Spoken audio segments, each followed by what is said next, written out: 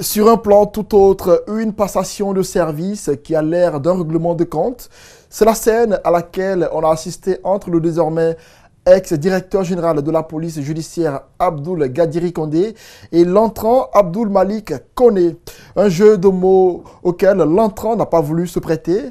Il a plutôt félicité son prédécesseur des conseils et l'expérience qu'il a acquise auprès de lui quand il était son adjoint.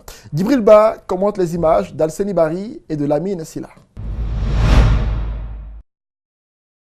Tout d'abord, Abdoul Gadiri Condé dresse son bilan. L'arrestation des présumés coupables du meurtre de Thierno Alioune Diaoune, ceux de Dame Boiro, les présumés auteurs de kidnapping du responsable de Total, entre autres.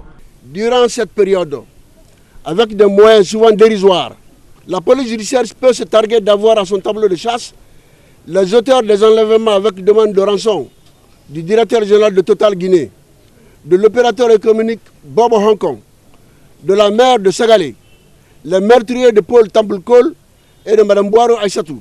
L'homme est frustré de se faire remplacer par son adjoint, jeune et talentueux, c'est visible par les actes et les mots.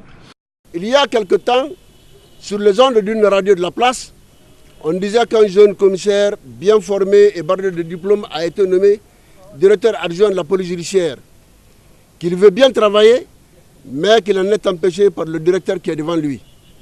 Eh bien, à présent, il n'y a plus personne entre lui et le travail. Je lui souhaite bon vent. Le désormais directeur national de la police judiciaire n'ira pas à la confrontation.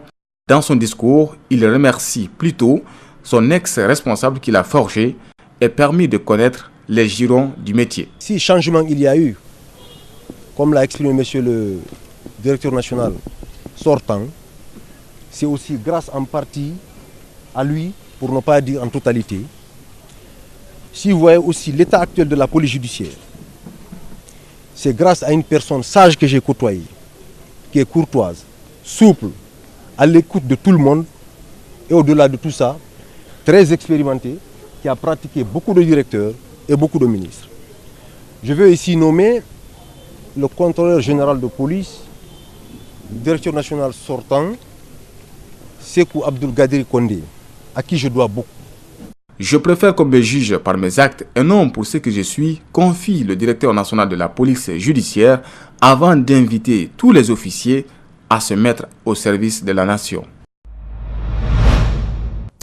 Insécurité dans ce journal, un jeune commerçant a été froidement abattu dans la nuit d'hier au quartier CBK dans la commune de Matoto. Alpha Isiaga Diallo a été tué à bout portant par des personnes non encore identifiées et on ignore encore les raisons. Les faits se sont produits aux environs de 23 heures alors que la victime se trouvait dans sa boutique. Nos reporters étaient dans la famille du jeune Alpha Isiaga Diallo où régnait un climat de désolation. Justin Leno a fait le reportage qui est rendu en studio par Mohamed Valek Touré. Des pleurs dans la famille Diallo.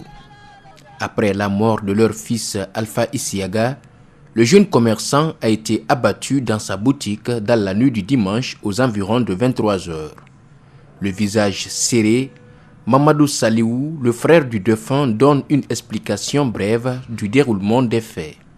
C'est hier aux environs de 3 heures du matin que les malfrats l'ont attaqué. Ensuite, ils n'ont rien trouvé dedans.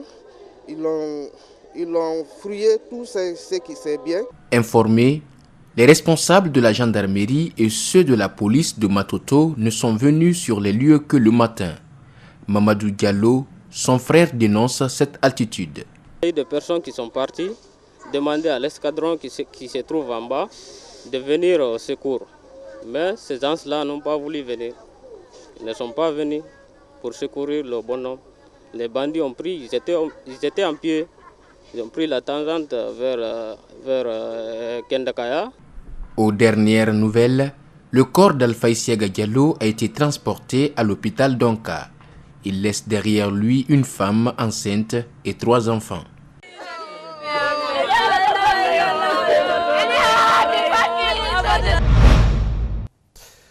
Mot de santé à présent dans ce journal. Les malades du VIH-Sida sont confrontés depuis quelques semaines à un souci majeur en Guinée, le manque des antirétroviraux dans les centres de traitement. Cette crise inquiète les concernés, les associations, les personnes infectées et affectées par le VIH-Sida qui veulent se faire entendre sur la question. Les autorités concernées dégagent des raisons tels que les troubles sociaux et les malades perdus de vue qui n'ont pas été comptabilisés. La société civile, quant à elle, voudrait une solution dans l'immédiat. Fatou Kébé et Mohamed Al-Hussein Kamara.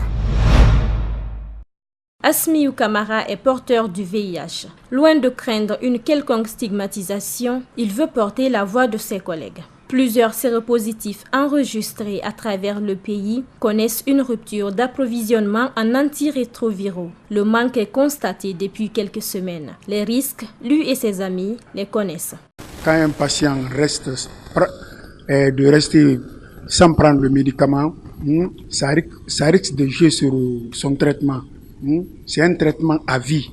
D'un côté, les patients dénoncent la rupture des ARV de plus de 3 semaines. De l'autre, les autorités ne reconnaissent la rupture que pour quelques jours, dû aux remous sociaux. Elles demandent tout de même aux patients de continuer à fréquenter régulièrement les centres. Nous avons connu une certaine tension sur un certain nombre de sites en termes d'approvisionnement régulier, dû à des aléas indépendants de notre volonté. Il y a eu premièrement le report d'un arrivage d'intrants par la compagnie aérienne qui devait le déposer depuis le 11 juillet. Malheureusement, on n'a pu faire que quelques jours plus tard. Mais aussi les troubles sociopolitiques que nous connaissons actuellement dans la ville de Conakry qui empêchent un certain nombre de mouvements de la pharmacie centrale de Guinée vers les sites de prise en charge. En Guinée, les ARV manquent souvent dans les centres de prise en charge. Récemment, certaines entités sociales ont tiré la sonnette d'alarme. Aujourd'hui encore, cet activiste de la société civile appelle à une solution immédiate. Et ce ne sont pas les mouvements sociaux. Ça, il faut vraiment écarter cette possibilité. Mais ce n'est pas qui est responsable. Ce n'est pas pour indexer telle personne pour lui créer des problèmes. Mais c'est comment régler le problème maintenant là. C'est ça l'urgence. Serait-il possible d'atteindre l'objectif zéro contamination, voire zéro malade du sida à l'horizon 2030 avec les ruptures que le pays enregistre depuis un certain temps? L'avenir nous édifiera. L'érudit de Cancan, Elhadj Cheikh Souleymane Sidibé, vient de bénéficier d'un prix aux États-Unis. Il s'agit du prix de l'ambassadeur de la paix pour l'UNESCO qui lui a été remis à l'occasion de la soirée de la commémoration du centenaire de Nelson Mandela, appelé le Mandela Day. C'était le 18 juillet dernier. C'est la 3e fois consécutive que l'érudit de Cancan reçoivent ce prix de l'UNESCO. Les images de Louis de la Croix sont commentées par Mamadou Sadio Baldé. La culture, la religion, la collaboration humaine ne nient race ni frontières. Elhadj Souleymane Sidibé le sait bien et il porte aujourd'hui volontiers la voix des personnes qui n'en ont pas une. Le Centre UNESCO pour la paix basé aux États-Unis est très attentif aux hommes et femmes qui œuvrent pour la cohésion et la justice sociale. C'est juste un moment symbolique pour essayer d'éclairer le travail qu'il est en train de faire sur le terrain. Non seulement dans son pays d'origine, il aurait pu se contenter, mais non en Afrique, partout en Afrique de l'Ouest. Et nous avons aussi des projets qui vont l'amener dans d'autres pays. Donc c'est juste une manière de reconnaître le travail qu'il est en train de faire, lui dire courage, continuez de l'avant. Elhadj Souleymane Sidibé incarne aux yeux de l'UNESCO une référence qu'il faut valoriser et mettre en lumière. Il a su, à travers ses prêches, lors de ses déplacements, à tisser des liens entre l'Afrique et les États-Unis. Le continent asiatique intéresse également son partenaire de cette institution internationale.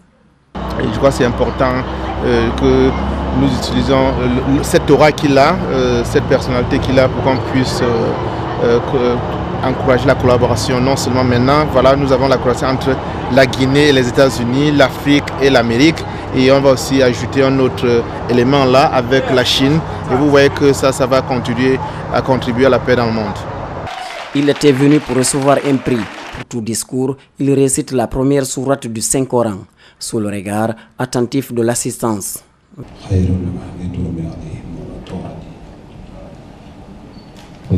Merci. faire des bénédictions individuelles, parfois collectives, aux personnes désireuses et gratuitement. C'est Dieu qui l'a voulu ainsi, dira-t-il. C'est la volonté de Dieu. C'est Dieu qui a voulu ça. Donc, merci d'être venu. Et nous sommes très heureux. On va faire une photo avec devant. D'accord.